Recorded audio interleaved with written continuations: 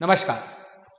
30 अक्टूबर को राहु और केतु राशि परिवर्तन कर लेंगे और मेष से तुला राशि से राशि परिवर्तन करके कहां चले जाएंगे? मीन में और कन्या राशि में संचरण करते मिलेंगे। पिछले 16-17 मंथ से राहु और केतु ने अपनी जिंदगी के अंदर जो भी तूफान मचा रखा था धनु लग्न वालों के लिए, उससे संबंधित मैं आपको कुछ बताना चाहता हूं कि जब भी कोई बड़ा ग्रह राशि परिवर्तन करता है तो उससे 1-1.25 महीने पहले उसका प्रभाव छोड़ना स्टार्ट कर देता है। चूंकि धनु लग्न की कुंडली है और धनु लग्न की कुंडली के लोग गुरु से ज्यादा प्रभावित होते हैं, क्योंकि गुरु की राशि है और गुरु की राशि में राहु और केतु का प्रभाव थोड़ा सामान्य या सामान्य से बिलो मैं मान के चलता हूं। चूंकि पिछले 16-17 मंथ से धनु लग्न की कुंडली में राहु पंचम भाव में चल रहे थे और केतु लाभ भाव में चल रहे थे, तो यह इन्होंने परिस्थिति थोड़ी विकट बना रखी थी।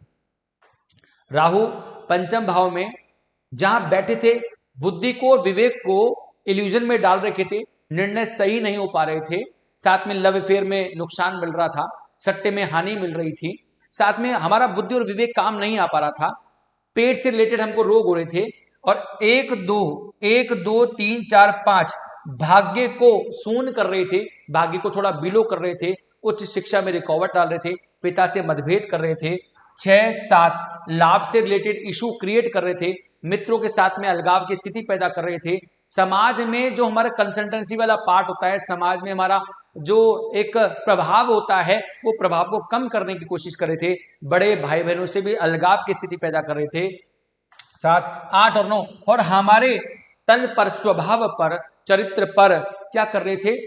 एक तरह से प्रभाव डाल रहे थे और हमारे जो निर्णय थे, क्योंकि जब स्वभाव इल्यूजन में चले जाएगा, जब स्वभाव में राहु की प्रवृत्ति आने लग जाएगी, जब गुरु में ज्ञान में कहीं ना कहीं रणनीति चालाकी आने लग जाएगी, तो वो ज्ञान कहीं ना कहीं क्या होता है? विच्छेद करने लग जाता है, ज्ञान काम नहीं आ पाता है। अब चूंकि केतु भी इसी प्रकार का कुछ प्रभाव डाल रहे थे, आप देखिए 1-2-3-4-5 पराक्रम को कम करने की कोशिश कर रहे थे। वैसे तो जब राहु खराब प्रवृत्ति करता है तो केतु कहीं ना कहीं इसको रेक्टिफाइड करने की कोशिश करता है, पर यहाँ केतु भी ठीक ठाक नहीं कर पा रहे थे, तो पराक्रम को कम कर रहे थे, यात्राएं सफल नहीं होने दे पा रहे थे। 5-6-7 वही लव अफेयर से रिलेटेड इशू क्रिएट कर रहे थे, आपका जो बुद्धि है, विवेक है, उनसे रिलेटेड इशू क्रिएट कर रहे थे, आपका ज्ञान ही आपके काम नहीं आ पा रहा था। 7, 8 और 9 जो आपके स्पाउस वाले पार्ट पर उन्होंने नजर डाली है, जो भी आपका डेली व्यवसाय है, डेली वेजेज है, आपका जो भी एक तरह से व्यवसाय है, उनसे केतु की नजर जा रही थी और केतु क्या कर रहे थे? यहाँ पर जो ये भाव व्यवसाय की तरफ लेके जाता है, उससे आपको विच्छेद करने की कोशिश कर रहे थे।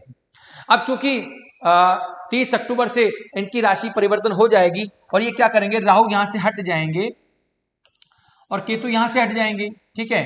तो अब कहां चले जाएंगे दोस्तों? यहां पर ये हो गया आपका एक, और ये केतु आ जाएंगे कन्या राशि में और राहु आ जाएंगे मीन राशि में। जैसे ये राशि परिवर्तन करते हैं तो यहां से इनका प्रभाव छोड़ दिया, क्योंकि यहां गुरु तो बैठे ही हैं, यहां तो ऑलरेडी गुरु है, तो गुरु और राहु का जो चांडाल योग बना हुआ था वो मुक्त हो जाएगा, गुरु यहां बिल्कुल फ्री हो जाएंगे। राहु यहां से संचरण करके उल्टे वक्री होते हैं, उल्टी चाल से कहां चल जाएंगे? मीन राशि में। ऐसे ही केतु कहां चल जाएंगे? कन्या राशि में आ जाएंगे। अब राहु यहां से मुक्त हुए और गुरु यहां फ्री हो गए, गुरु का ही लग्न है, तो बुद्धि विवेक पूर्णतः काम आएगी, लव अफेयर में आपको सफलता मिल सकती है। आप अगर कोई स्पेकुलेशन टाइप का कोई बिजनेस करते हैं, वहां से आपको लाभ मिल सकता है।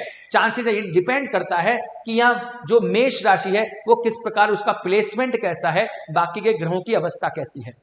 तो इस भाव से रिलेटेड जो राहु प्रभाव दे रहे थे नेगेटिव, वो बिल्कुल फ्री हो जाएगा। साथ में क्या होगा? राहु जहां जहां प्रभाव दे रहे थे 1-2-3-4-5, गुरु अपनी पंचम दृष्टि से अपने ही भाव को देखेंगे, अपनी मित्र राशि के भाव को देखेंगे। सूर्य की अवस्था अगर यहां कुंडली में अच्छी है तो भाग्य का वर्धन पक्का है, उच्च शिक्षा में सफलता पक्की है। 5-6-7 लाभ को बनाने की कोशिश करेंगे, राहु बिगाड़ने की कोशिश करेंगे तो लाभ को बनाने की कोशिश करेंगे। मित्रों से सहयोग की स्थिति बनती नजर आ रही है यहाँ पर।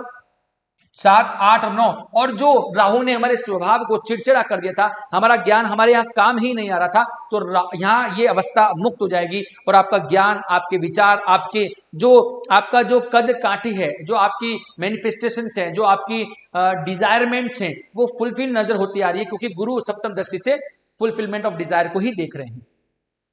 अब चूंकि राहु यहां आ गए हैं, तो चूंकि जब भी राहु और केतु का राशि परिवर्तन होता है, तो मैंने आपको बताया लग्न के हिसाब से राहु यहां क्या करेंगे, इस वाले भाव को बिगाड़ने की कोशिश करेंगे, और केतु क्या करेंगे, मित्र की राशि में आ गए हैं।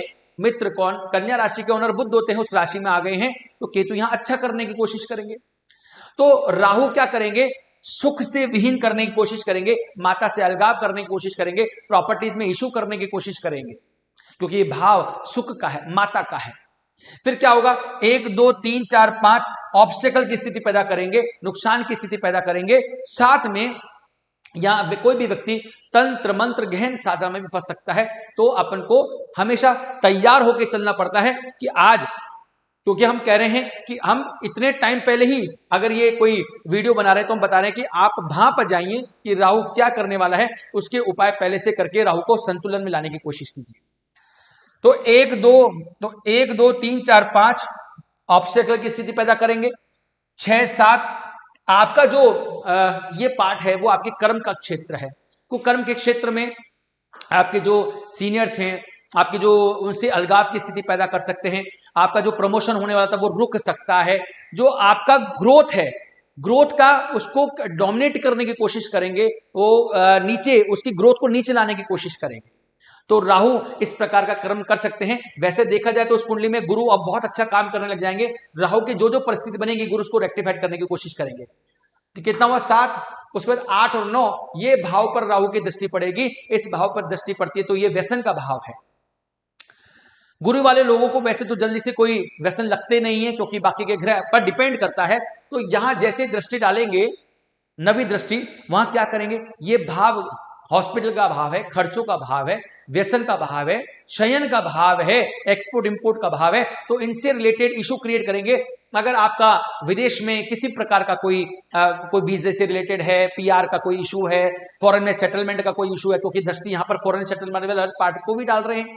राहु फॉरेन सेटलमेंट में जो अष्टम भाव होता है उस पर दृष्टि डाल रहे हैं। साथ में एक दृष्टि कहां डाल रहे हैं, अगर यहां राहु थोड़े शुभ हो गए या शुभ ग्रहों की दृष्टि पड़ गई तो फॉरेन सेटलमेंट करवा सकते हैं, लेकिन कहीं ना कहीं राहु की जो प्रवृत्ति है वो विच्छेद करने की है, डाइवर्जन करने की है, तो इशू क्रिएट कर सकते हैं, क्योंकि इस लग्न में वो थोड़ा अच्छा काम नहीं कर पाते।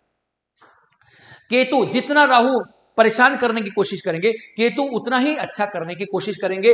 केतु जहां बैठे हैं वो मित्र के घर में बैठे हैं, मित्र की राशि में बैठे हैं, तो जो भी राहु खराब करने की कोशिश करेंगे, केतु उसको रेक्टिफाइड करने की कोशिश करेंगे। ये तो आपको समझ में आ गया कि हमको केतु को यहां बढ़ाना है और राहु को थोड़ा सा डिक्रीज करना है। तो यहां का जो प्रमोशन है, कर्म है, सक्सेस है, ग्रोथ है, वो सब केतु ठीक करने की कोशिश करेंगे। 1, 2, 3, 4, 5 धन में वृद्धि करने की कोशिश करेंगे। जो भी परिवार में क्लेश की स्थिति थी, पैतृक संपत्ति की समस्या थी, आपके मुख से रिलेटेड कोई समस्या थी, तो वो ठीक करने की कोशिश करेंगे। 5, 6, 7 यहाँ के जो भाव थे, राहु खराब कर रहा था, माता के साथ अलगाव, भूमि भवन के साथ में कोई दिक्कत, पैतृक जो संपत्तियां होती है, आई एम सॉरी, पैतृक संपत्ति नहीं, ये आपका जो भूमि संपत्ति, आपके खेत खलिहान, प्राइमरी एजुकेशन के पार्ट में जो राहु विच्छेद करने की कोशिश कर रहे थे, वो ठीक करने की कोशिश करेंगे। 7, 8 और 9, और यहां से आपकी जो नौकरी है, नौकरी वाले पार्ट से देखिए, कर्म वाले क्षेत्र से नौकरी वाले क्षेत्र को देख रहे हैं, पॉजिटिव होकर के देख रहे हैं। चूंकि केतु कहीं ना कहीं गुरु के मित्र भी होते हैं, गुरु को फॉलो करते हैं, तो यहाँ नौकरी वाले पार्ट को देखेंगे और क्या करेंगे, इस नौकरी वाले पार्ट को, कंपटीशन वाले पार्ट को अच्छा करने की कोशिश करेंगे, और जो कर्ज की स्थिति है उसको मेंटेन करने की कोशिश करेंगे, यानी कम करने की कोशिश करेंगे, आपके एफर्ट में अच्छा करने की कोशिश करेंगे। अब करना क्या है, मैं हर बार बोलता हूं, हम उपाय बिल्कुल कॉमन ही बताते हैं, बाकी आपकी जो कुंडली है, कुंडली के हिसाब से स्पेसिफिक उपाय भी बन जाते हैं। कॉमन उपाय तो मैं हमेशा बोलता हूं, राहु को कम करने की कोशिश कीजिए। आप सतनाजा डाल करके, पक्षियों को सतनाजा डालें, हमेशा साफ सुथरे रहने की कोशिश करें। चूंकि लग्न है किसका, गुरु का, तो अपने मस्तक पर गुरु की स्थिति को देखते हुए अपने मस्तक पर केसर का तिलक लगाएं, अपने नाभि पर केसर का तिलक लगा सकते हैं। ना धो करके बिल्कुल साफ सुथरे होने चाहिए। आपका जो घर है बिल्कुल साफ सुथरा होना चाहिए। राहु गंदगी में रहता है तो गंदगी को साफ करें। राहु छत पे रहता है, छत को साफ रखें। राहु कूड़े करकट में रहता है, उसको साफ रखें। अपने बाथरूम को साफ रखें, बाथरूम में बाल्टी को कभी खाली ना छोड़ें। साथ में अपने साउथ वेस्ट के अंदर आप रॉक सॉल्ट रखें, हर महीने में इसको फ्लश करते रहें। अगर आपको नींद नहीं आती है तो आप अपने पास में मोर पंखी रखें, पर्स में रखें, अपने मैट्रेस के नीचे रखें। अगर आपको नींद नहीं आती है तो सौंफ को अपने पास रख करके सोए, आपको नींद आने लग जाएगी। आप जितने भी हमारी गंदगी हैं, हमारी अलमारीज हैं, हमारे जो टॉप हैं, हमारे टेबल हैं, जो भी हमारे आले दीवाले हैं, उनको साफ करने की कोशिश करें। राहु का मैं मंत्र नहीं बोलता, मैं परिस्थिति देख करके ही मंत्र पर और नगों पर, रत्नों पर जाता हूं। तो राहु को इस प्रकार से आप सेट कर सकते हैं।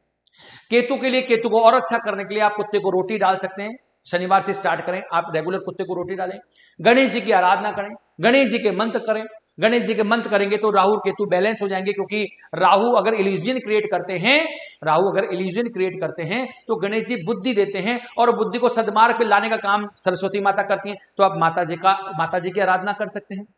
तो हमेशा मैं कहता हूं जो उपाय हैं वो कॉमन उपाय हैं, बाकी कुंडली के हिसाब से हमको उपाय और भी करने चाहिए, उसमें प्लस माइनस होता रहता है। बाकी जो मैंने आपको जितने भी अपने प्रेडिक्शंस बताए हैं वो एक कॉमन राहु और केतु की स्थिति के हिसाब से बताए हैं। ये प्रेडिक्शंस, ये संभावनाएं बाकी के ग्रहों के कारण ज्यादा भी हो सकती हैं और कम भी हो सकती हैं, क्योंकि बाकी ग्रहों की अवस्था क्या है, उनकी प्लेसमेंट कैसी है, और उनका नवमांश में कैसी अनुकूल स्थिति है या नहीं, गोचर में क्या व्यवस्था चल रही है, बहुत सारी चीजों पर डिपेंड करता है। लेकिन अगर आप कॉमन उपाय करेंगे तो उनको आपको नुकसान नहीं हो सकता।